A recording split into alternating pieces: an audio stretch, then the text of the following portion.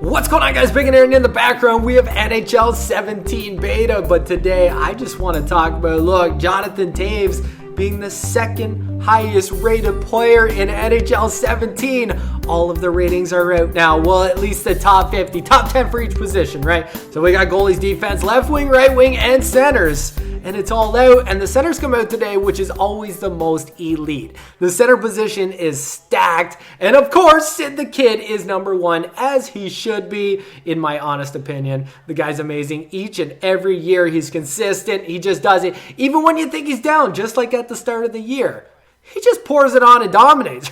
It's just, the guy's absolutely amazing. You watch any game, he's just great. He's just great, right? So nobody's denying that. But I am kind of questioning, why this year for Jonathan Toews?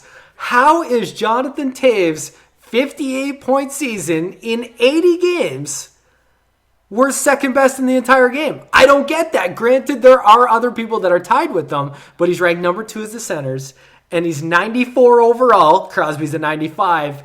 But why this year do they pick Jonathan Toews to basically be like, yeah, we like your style, so we're giving it to you, right? We're just giving you second best in the game. I don't get that. I mean, I look at a guy rated the exact same on his team, Patrick Kane, absolutely dominated the league, 106 points. There was only one guy in the entire league, Jamie Benn, that was within 20 points. He absolutely smashed the entire league. He's worth every stat point of that 94. I mean, he just dominated. I'd still put Crosby first. I mean, you got to earn it, right? You got to earn. If Patrick Kane does that again, I mean, he's got to be number one then. If he smashes everybody by 20 points again, of course he's got to be number one, doesn't he? Don't you think he earns it then? I know you're going to say it's an all-around. We'll get to that. But that's amazing, right? He absolutely dominated. Can this guy not get any separation from Jonathan Toews? So, like, when you talk about one, you're always bringing the other one up. Yeah, Jonathan Kane, right? Jonathan Kane. That's how it goes. If you're talking about one, you're talking about the other. I'm having trouble scoring this game.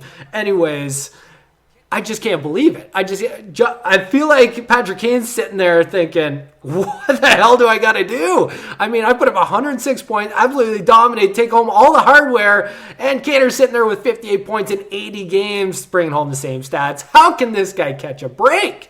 Anyways, like, look at a guy like Malkin. He also got 58 points, just like Jonathan Toews, only he played 23 less games. That's the difference. Malkin's a beast, and he gets a 93. You want to talk about defensive, and that's when I put it on Twitter. I'm like, I just don't understand how a 58-point season is ranked second best in the game, and I just don't think it should be.